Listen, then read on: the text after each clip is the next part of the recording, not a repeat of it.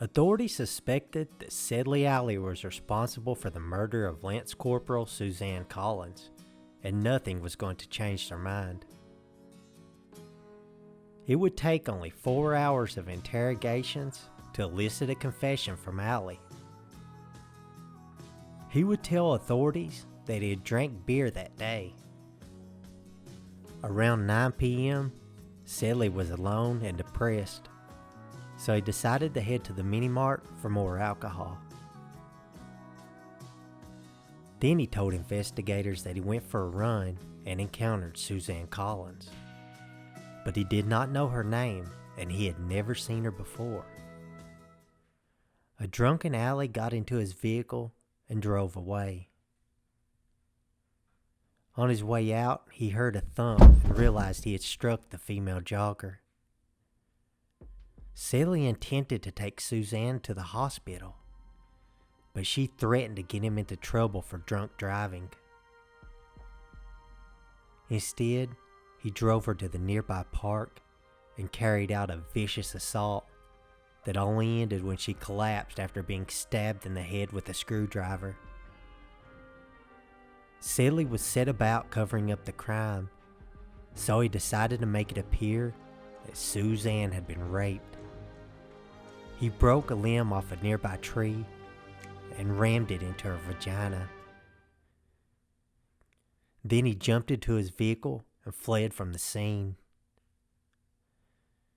Sedley told investigators that he did not have sex with Suzanne and never tried to. When he was allowed to speak with his wife, Sedley told her that he had killed the girl in Orgill Park.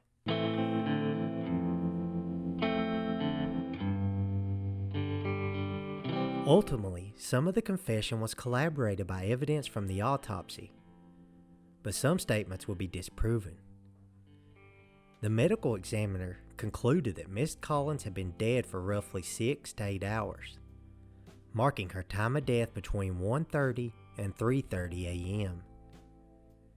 She had been beaten severely and repeatedly. She had more than 100 different injuries on her body. Her skull was fractured. The murderer raped the victim with a 31-inch tree limb, so brutally that the limb penetrated her abdomen and tore one of her lungs. The autopsy found that Miss Collins died as a result of blunt force trauma and internal hemorrhaging.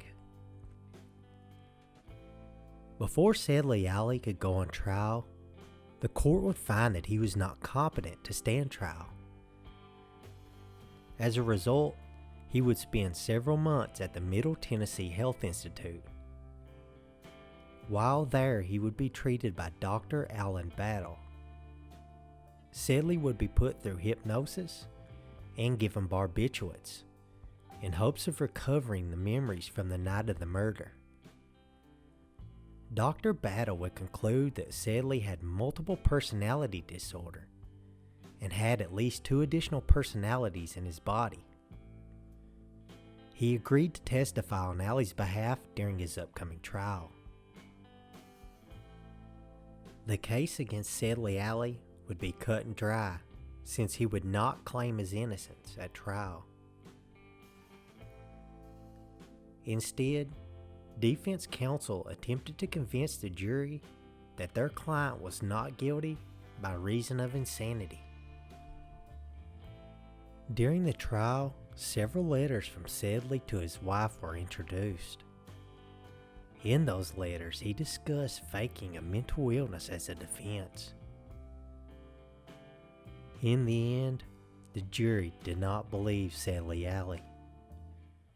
They would convict him on March the 18th of 1987, before he was sentenced to death on May the 17th of the same year.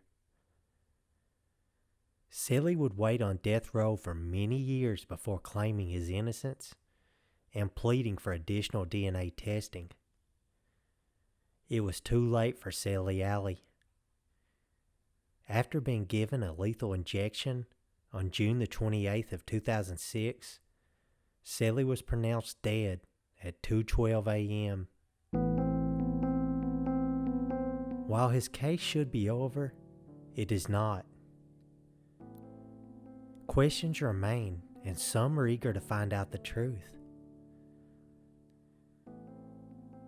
Sedley's daughter April and the Innocence Project have called for additional DNA testing to determine if the state of Tennessee executed an innocent man.